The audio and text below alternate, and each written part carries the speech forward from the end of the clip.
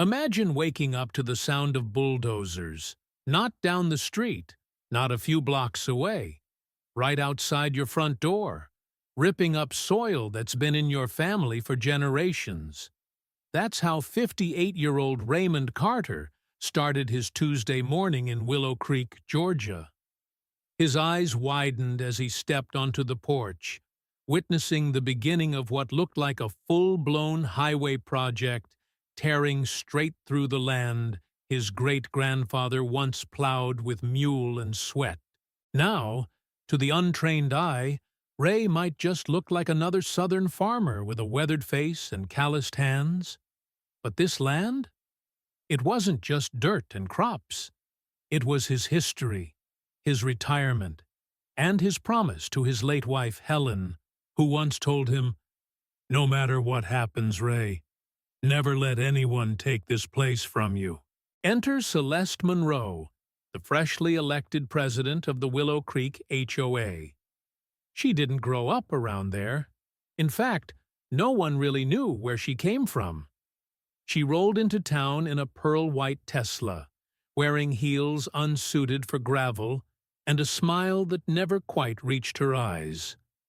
Rumor had it she used to work in real estate investment, but no one could ever confirm anything. What was clear, though, was her ambition. And that ambition came with blueprints.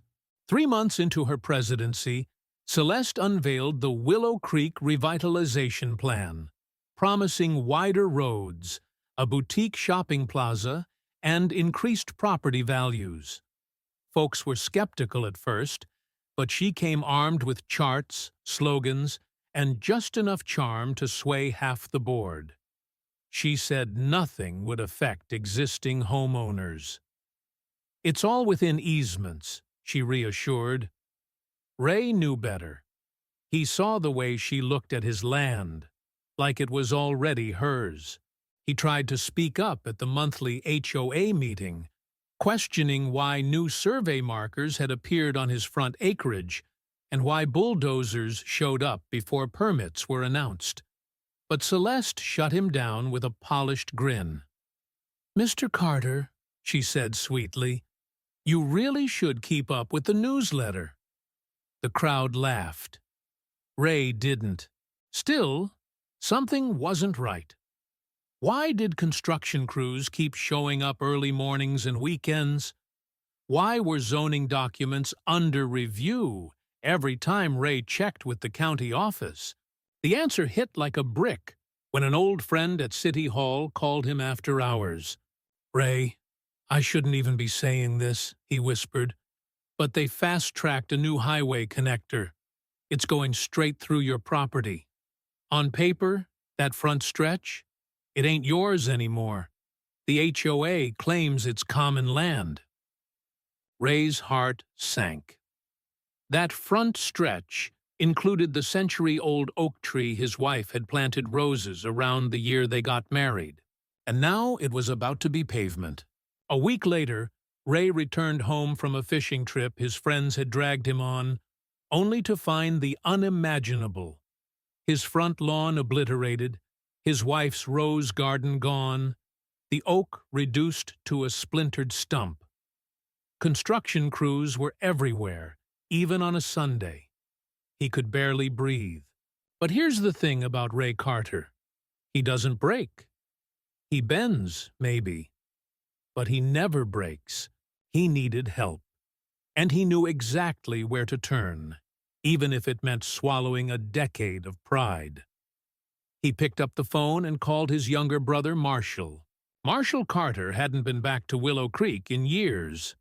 After a bitter fallout over the family business, he'd taken a government job in Atlanta and never looked back. But Ray wasn't calling for a reunion. He needed firepower.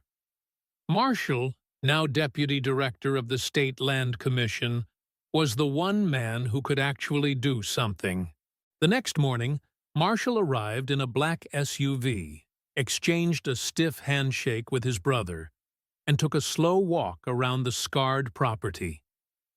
"Jesus, Ray," he muttered, examining the crooked survey markers. You sure about all this? Ray nodded. They're not just building a road. They're erasing our family.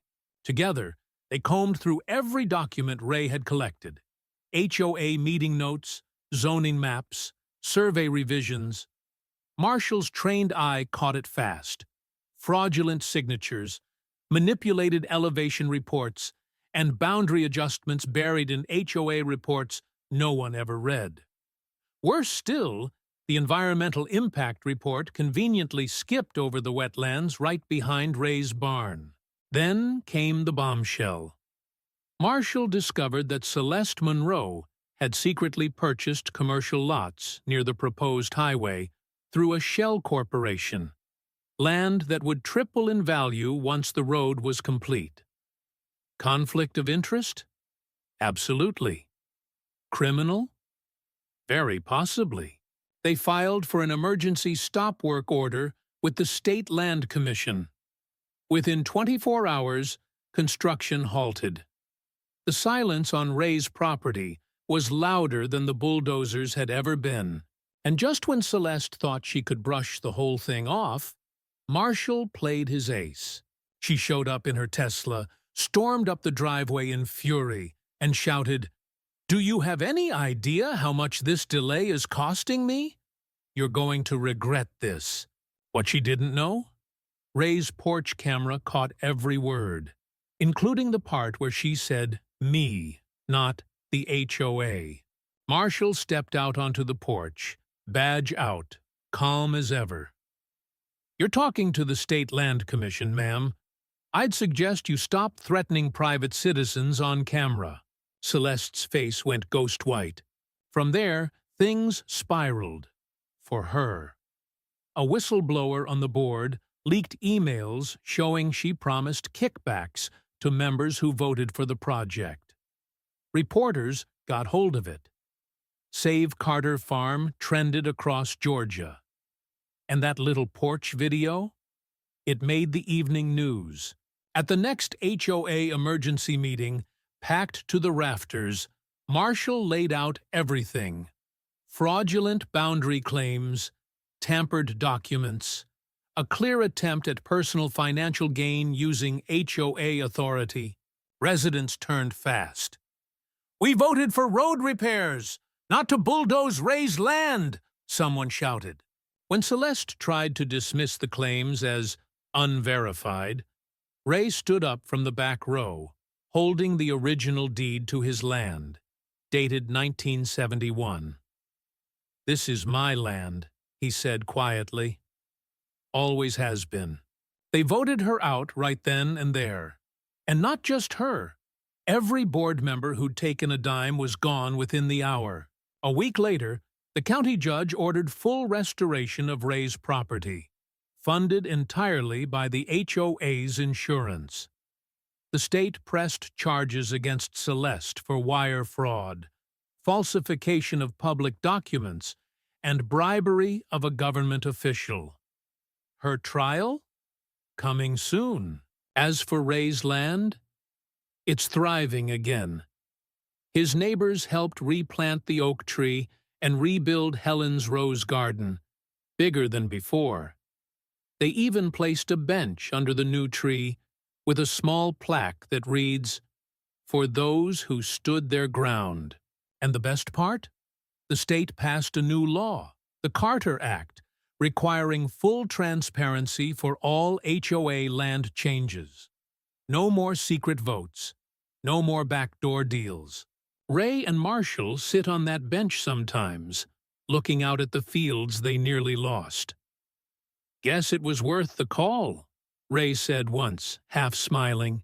"Guess it was worth forgiving each other," Marshall replied.